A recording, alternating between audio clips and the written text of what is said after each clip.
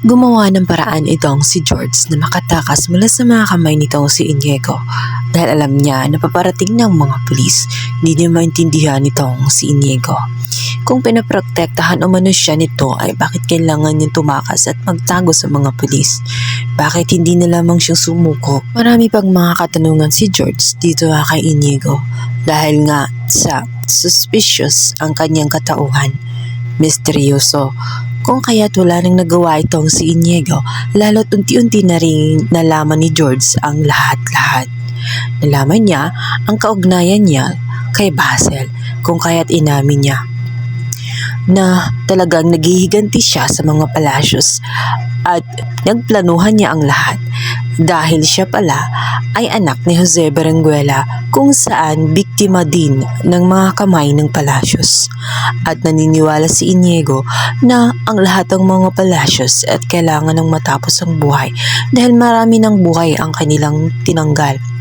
Marami ng pangarap ang kanilang pinutol. Hindi kasi makakalimutan nitong si Inigo ang nangyari sa kanyang pamilya kung saan maliit pa lamang siya at ang kanyang ama ay nagmamay-ari ng isang maliit na minahan. Ngunit sagana ito. Ngunit pinag-intrisa ng magkapatid ito, pinuntahan ang kanyang ama at sinabihan ito na bibilhin ang naturang kumpanya, naturang minahan. Kapalit noon ay gagawin pa siyang business partner.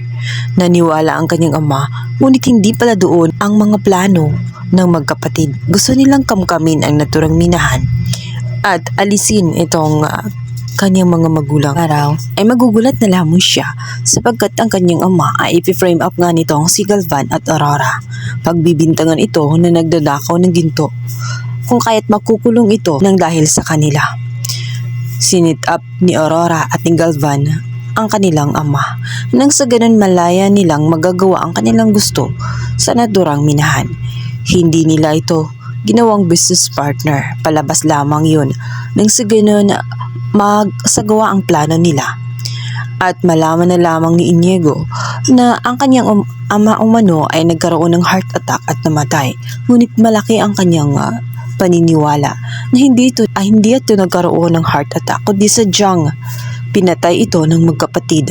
Nang sa ganun, hindi na mabalikan pa ng kanyang ama ang mga ginawa ng mga palasyos. Hindi makalimutan ni Inigo ang mga pangyayaring yun.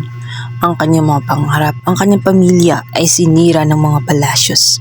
Kung kaya't kahit na kinuha siya ng kanyang tita at inampun siya nito at pinalitan ng kanyang pangalan bilang Inigo, tinuring na parang totoong anak para lamang makalimutan ang trauma ng kanyang kabataan, ay hindi pa rin maalis-alis ang mga nangyari sa kanyang pamilya.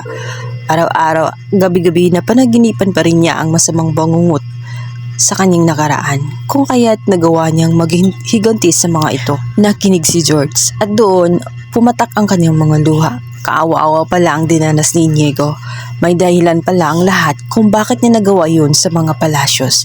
Ngunit ang hindi niya maintindihan ay bakit maging si Basil ay dinamay niya, gayong wala namang kinalaman si Basil sa ginawa ng kanyang mga magulang at nitong si Aurora. Dahil para kay George, mabait ang kanyang asawang si Basil. Hindi ito ganun kasama kagaya ng kanyang amang si Galvan. Ngunit magugulat siya sa revelasyon na sasabihin nga nitong si Inigo, kung saan sasabihin nga niya na totoo ang sinabi nitong si Sam. Masama si Basil at siya ang nag-utos nito na gawin ang lahat ng sa ganon kitlin ang buhay nga ng kanyang sariling asawang si George nang malaman na ito ay baog at hindi magkakaanak.